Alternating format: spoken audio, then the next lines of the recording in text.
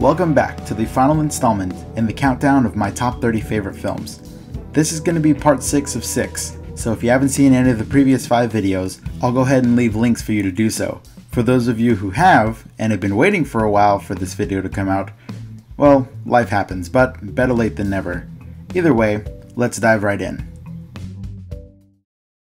Number 5, Toy Story. The first ever CG animated full-length movie. It centers around a group of toys that come alive while their owner Andy is away. Red alert! Andy is coming upstairs! Andy's coming, everybody! Back to your places, hurry! Is she right here? Out of my way! Woody is Andy's favorite toy, until he gets a new toy, a space ranger named Buzz Lightyear. No one's getting replaced! Excuse me. Lightyear to the rescue! Oh, okay! Though not fond of each other at first, the two eventually start getting along when they end up getting lost and have to make their way back home. This movie is very special to me because it reminds me of my childhood. I was only about 5 when it came out, and I remember loving it. As a kid, I was very fortunate to have an abundance of toys, and would often come up with the differences between the good guys and the bad guys, so it was very interesting to me to think that while I was away, my toys would finish the stories that I created for them. Based on the movie's success, I guess I'm not the only one who thought so. You got a friend in me. Number 4, Terminator 2, Judgment Day. With a perfect blend of action and science fiction, this movie takes place a few years after the first film. It has Arnold Schwarzenegger reprising his role as the menacing T-800. I need your clothes, your boots, and your motorcycle.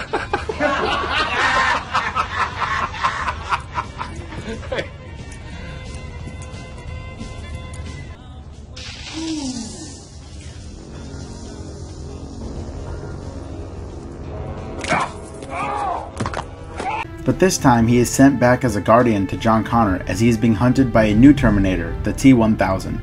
This movie is so much more than an action science fiction film. For the time, it was a groundbreaking achievement in special effects. Not only that, but all the characters go through changes in the film. You see John Connor changing from a punk kid to understanding who he was meant to be and embracing more personal responsibility. Sarah Connor goes from a paranoid and terrified woman to understanding that the machines can also be good. Come with me if you want to live. And we also see the Terminator change from a totally robotic personality to be the father figure John never had. This is one of the best movies of the genre, and one that will be enjoyed for many years to come.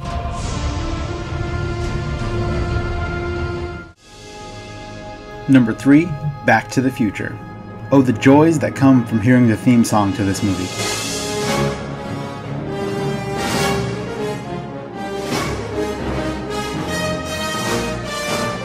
Doc Brown invented a time machine, but not just the time machine, the coolest time machine to ever be put to film.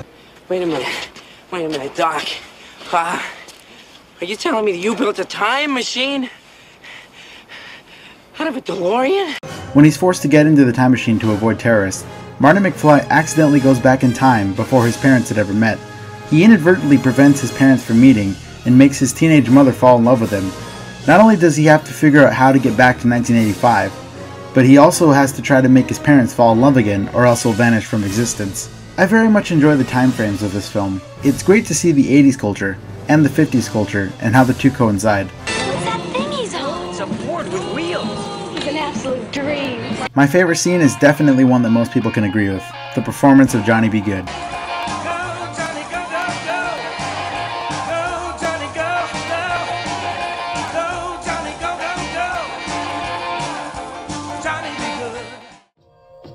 Number 2, One Flew Over the Cuckoo's Nest.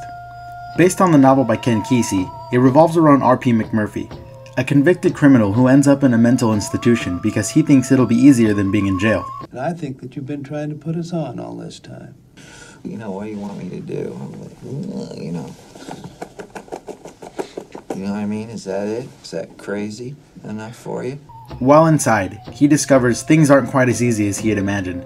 With crazy patients, strict rules, and the cold-hearted Nurse Ratched, she's the true definition of evil, as she has a very subtle way to get under your skin. Excuse me, miss. Do you think it might be possible to turn that music down so maybe a couple of the boys could talk? Your hand is staining my window. What I love most about the film is the cast of characters, not to mention a brilliant performance of McMurphy by Jack Nicholson. He is so spellbinding and you just hang on his every word. It's a lot of flavor, all the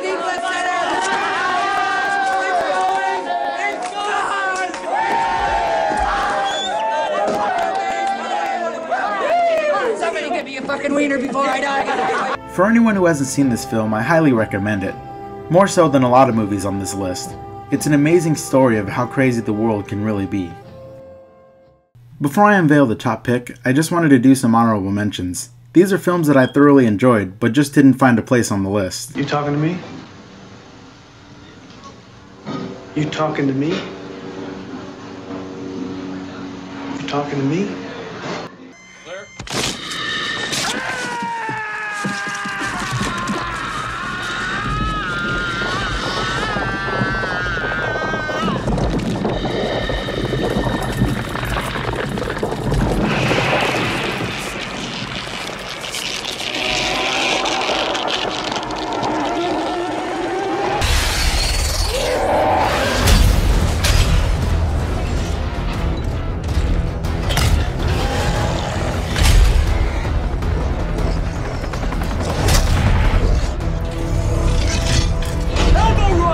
Elbow rocket engaged. Now!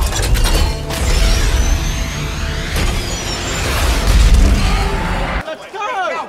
Hey, you the manager of this band? Yes, that more. Come on, Yeah, Ted, well, you didn't get finish in. your full set, man. Listen, pal, your shoddy stage setup almost killed my guitarist. Yeah, well, you trashed my fucking dressing room, and you didn't do your 25 You don't minutes. fuck with my band's safety ever. Well, fuck you, man. I'm gonna report you to every promoter in this country. I've been looking for you for 8 months.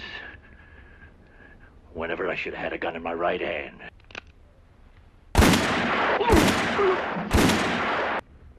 When you have to shoot, shoot, don't talk. Oh, shit.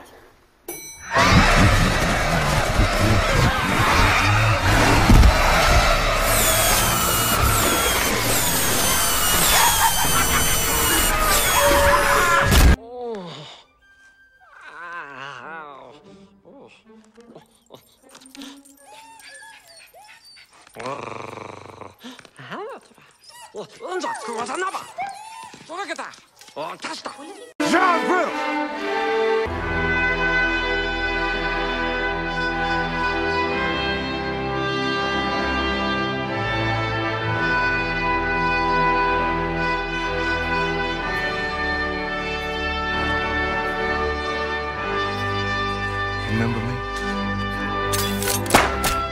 ¡Rápido, Alteza! Entregádmelo ya. La luna llena brilla en el cielo y podemos abrir el portal. ¿Qué lleváis en la mano?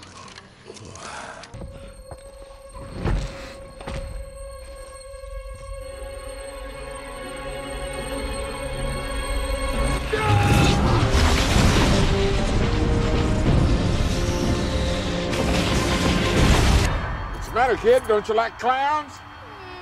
Why? Don't we make you laugh? Aren't we fucking funny? You best come up with an answer, because I'm gonna come back here and check on you and your mama. If you ain't got a reason why you hate clowns, I'm gonna kill your whole fucking family. I met Dr. Squires in the spring of '94. First as a client, then as a patient.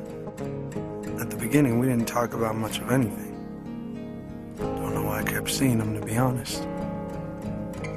Sometimes it's nice to have someone to talk to, even if you're just talking shit. Number 1, Big Fish. Words cannot describe how good this movie makes me feel. It shows a man named Edward Bloom, who on his deathbed is telling the stories of a fruitful and fulfilling life he has lived. His son is quite spiteful of these stories, because he thinks they're all fabricated. In telling the story of my father's life, it's impossible to separate fact from the fiction. As he retells his life to his daughter-in-law, you get to see just how bizarre some of these stories are. Throughout the film, it lets you decide which stories you think are real and which are fictional. And they'll tell you stories straight through. It won't be complicated, but it won't be interesting either. The film has a great visual style that only a director like Tim Burton could execute, and the score by Danny Elfman pulls everything together nicely. The message of this movie is very strong and personal to me. Everyone is afraid of their own mortality, and this movie offers an enlightened view on confronting it. We are ultimately remembered by the legacy we leave behind for people to reflect back on. We become the stories we tell. This is the movie that got me really into film and storytelling. It has inspired me to tell stories for people to remember me by, and that's why it's my favorite movie.